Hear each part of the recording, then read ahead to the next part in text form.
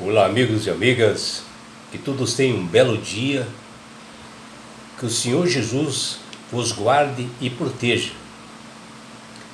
Vamos estudar a lição e hoje, segunda-feira, 27 de março, a lição 1 ela tem como título Ataque Satânico. Desde o início, lá no céu, quando Lúcifer achou iniquidade, onde o orgulho, a soberba, a inveja e a ambição tomou conta do seu coração, Satanás, a partir daquele momento, procurou prejudicar e tentar destruir a Jesus, o Filho de Deus, que está lá em Apocalipse 12, versículos 4 e 5. E o profeta Ezequiel, ele no capítulo 28, versículos 14 e 15, Deus dá uma resposta, para Lúcifer. E olha o que ele diz: Tu eras querubim da guarda do ungido, e te estabeleci. Permanecias no monte santo de Deus, no brilho das pedras andavas. Perfeito eras nos teus caminhos, e desde o dia em que foste criado, até que se achou iniquidade em ti. Vejam palavras do próprio Deus, mostrando no início as qualidades de Lúcifer, que ele tinha, que ele mesmo Deus havia criado, e era com beleza, com perfeição, e ele acabou caindo em pecado e provocou uma rebelião, e foi achada iniquidade nele. E Satanás foi expulso do céu junto com 1/3 dos anjos que ele, Lúcifer, arrastou consigo. E a partir daí, Satanás procurou a perseguir a Jesus e tentar destruir tudo que Jesus fazia. Depois que ele caiu em pecado, Satanás partiu para expandir a sua influência através da tentação dos filhos de Deus. E começou com Adão e Eva. E sua intenção era que o ser humano se juntasse a ele na sua grande revolta que ele pretendia contra Deus. As tentativas de Satanás de tentar acusar e desmoralizar a Deus foram inúmeras vezes, e uma delas foi através dos seus filhos, Adão e Eva, onde Caim acabou matando Abel, e ali apareceu a primeira morte entre os seres humanos. E no caso dele, assim, tentar destruir a Jesus de qualquer forma, Satanás não via situações que lhe aliviassem. Ele queria atentar a todas as pessoas. E esse acusador, ele começou também a atacar a Deus, dizendo que Deus não era um Deus bom, e que ele só queria lealdade em troca de bens e benefícios, na tentativa de obstruir o progresso de Deus para salvar o homem. E ele falou isto quando ele quis provar a fé de Jó, e onde ele acabou até matando seus filhos de Jó. Ele acabou destruindo todos os bens que Jó possuía. E Satanás também atacou o povo de Israel, fazendo muitas intrigas, tribulações, porque ele sabia que era dessa descendência, que surgiria Jesus, o Salvador. No entanto, ele falhou em todas as suas tentativas. Satanás não sabia exatamente o momento em que haveria o nascimento de Jesus, mas ele buscava o filho da mulher do Redentor para devorar. Quando nascesse, ele instigou o rei Herodes, ele inflamou o rei Herodes a tramar uma conspiração para achar o menino Jesus e matá-lo, que fala em Mateus 2.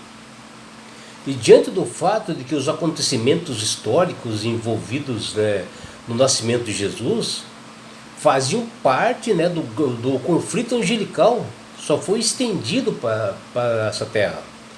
E até Deus advertiu os magos do Oriente em sonho. E olha que Deus diz para eles não voltarem à presença de Herodes, onde eles regressassem por um outro caminho na sua terra. Diz lá em Mateus capítulo 2, versículo 12. E o rei Herodes, por não encontrar, né, o menino Jesus, mandou matar todos os recém-nascidos daquela época, e que todos vasculhassem a região toda para encontrar todos esses meninos e matar. E os pais de Jesus, José e Maria, foram avisados por um anjo para fugirem para o Egito, e lá eles permaneceram por um bom tempo, quando posterior, né, o anjo avisaria que Herodes já não existia mais. E Herodes naquele momento estava possuído por Satanás, ele queria matar o menino Jesus de qualquer forma. Está lá em Mateus capítulo 2, versículo 13. E aqui nós vemos que Deus está sempre a um passo à frente de Satanás, onde ao longo da história, fatos como esse mencionado fazem parte do grande conflito, né, entre o bem e o mal, entre Deus e Satanás. E Jesus ele sofreu assim, muitas perseguições por parte de Satanás, principalmente quando ele foi levado pelo Espírito de Deus ao deserto, para ele orar, né, e jejuar, para ele se preparar para o grande momento dele ter que morrer por toda a humanidade. E Satanás quis aproveitar justamente aquele momento da fraqueza, né, de física, né, de Jesus, que na realidade ali ele estava como um ser humano, ele estava com fome, com sede, e Satanás quis que ele atentasse a Deus, provocasse a Deus, ao Deus Pai, né? E ele fala para Jesus: se és filho de Deus, manda essas pedras se transformarem em pães. E Jesus sabiamente respondeu: está escrito, ou seja, está nas Sagradas Escrituras, não só de pão vive o homem, mas de toda a palavra que sai da boca de Deus, que está lá em Mateus capítulo 4, versículo 4. E aqui nós vemos perfeitamente que Satanás também conhece as Sagradas Escrituras, né? E Satanás continuou a fazer uma série de ofertas, né, para Jesus, como ele se fosse assim dono do mundo. E Jesus respondia a cada momento assim para Satanás: está escrito. E na cruz Cristo revelou a grandeza do seu amor e misericórdia, e libertou toda a humanidade da condenação do pecado.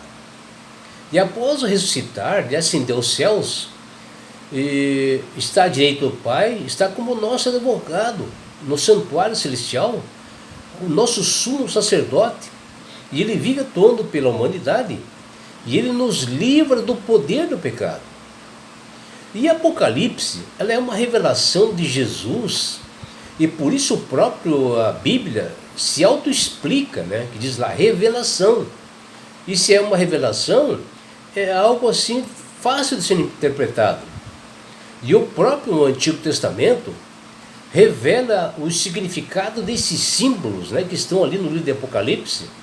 E o próprio João, que recebeu esta visão de Deus, já conhecia esses símbolos no Antigo Testamento, onde a linguagem do Apocalipse é muito parecida com o livro de Daniel, de Ezequiel, e João tirou vários termos, né, desses livros, né, porque o Antigo Testamento ele dá uma continuidade no Novo Testamento, e todas as passagens estão relacionadas com o Antigo Testamento. Por isso que não tem como nós separarmos dos livros. E se nós recorremos a esses livros antigos, né, do Antigo Testamento, as Sagradas Escrituras, né, do Antigo Testamento, nós temos a perfeita compreensão desses símbolos. Por exemplo, aí em Apocalipse 13, diz que nos últimos tempos surgirão dois poderes representados por duas bestas, ou dois animais ferozes. E quando nós vamos, isso está em Apocalipse 13, e quando nós vamos para o Antigo Testamento, lá em Daniel 5 e 7, percebemos, em profecias apocalípticas, os símbolos dessas bestas ou animais, que ali simboliza poderes políticos ou poderes religiosos. E Deus sempre se utilizou desses símbolos em Apocalipse para dar uma forma mais didática, direcionada para as pessoas que o amam, as pessoas que o servem, as pessoas que são fiéis a Ele.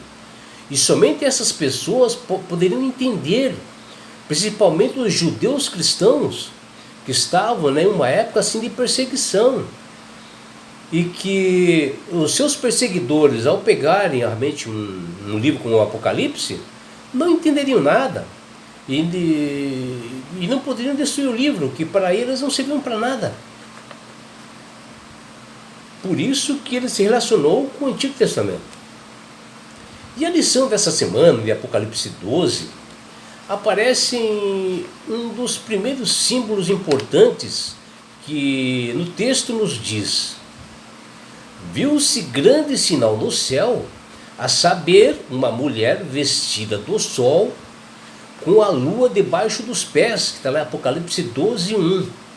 Onde aqui mulher significa igreja. E isso aparece no livro do Antigo Testamento, Isaías 54, 1 e Jeremias 6, 2. Está explicado lá. E também Efésios 5, versículos 22 a 24. E quando fala vestido do sol, é uma igreja que ela reflete a Cristo, uma igreja verdadeira que obedece os estatutos e mandamentos de Deus, com a função de iluminar o mundo, que está lá em Mateus capítulo 5, versículo 14. Porque Jesus é conhecido e chamado de o sol da justiça, que fala lá em Malaquias 4, 2. E quando fala com a lua debaixo dos pés, que está lá em Apocalipse 12, 1, assim como a lua reflete a luz do sol e brilha, a igreja verdadeira, ela não tem luz própria, ela não advoga em causa própria, mas ela calça os pés com a preparação do evangelho, ela é uma luz para as pessoas, que está lá em Efésios 6, 15, ou seja, são portadores de luz que emana da palavra de Deus, das Sagradas Escrituras, que está lá em Salmo 119, versículo 105. E nesse mesmo livro de Apocalipse, capítulo 12, diz que Satanás foi expulso do céu, juntamente com terça parte das estrelas do céu, que aparece em Apocalipse 12, 4. E ali, quando fala estrelas, isto é, dos seus anjos. Apocalipse 12, 9, que também foram expulsos, na continuidade, que diz: o grande dragão, a antiga serpente, que se chama Diabo e Satanás, e menciona que ele transferiu toda a sua fúria contra a humanidade, especialmente contra a mulher, ou seja, a igreja verdadeira de Deus. Mulher quer dizer igreja. E esta mulher mencionada representa as duas faces da igreja de Deus, a igreja judaica e a igreja apostólica. Apesar de Cristo ser chamado de Filho do Homem, ou Filho varão, que está lá em Apocalipse 12, 5, ter nascido da linhagem de Israel, sua genealogia abrange outras nacionalidades, que a sua vida foi a maior prova de que seu amor não conhece fronteiras. E Apocalipse 12, 5 nos diz: nasceu-lhes, pois, um filho varão, que há de reger todas as nações com cetro de ferro. Essa simbologia que fala cetro é um símbolo de domínio, né, ou governo, e um cetro de ferro é um símbolo de um governo que jamais será destruído. Um governo firme, forte, todo-poderoso, invencível. É uma das provas que Cristo foi de todas as formas tentado e ele não cedeu em nenhum momento, porque ele foi firme, porque ele era uma rocha. E sim, o dragão, Satanás, que foi derrotado, porque ele foi vencido por Jesus na cruz do Calvário, onde ali ele jorrou seu sangue, onde ele venceu a morte e o pecado, e ali ele acabou derrotando Satanás. Cristo venceu o inimigo, triunfou sobre ele em sua vida, através da cruz, ressuscitou e ascendeu aos céus.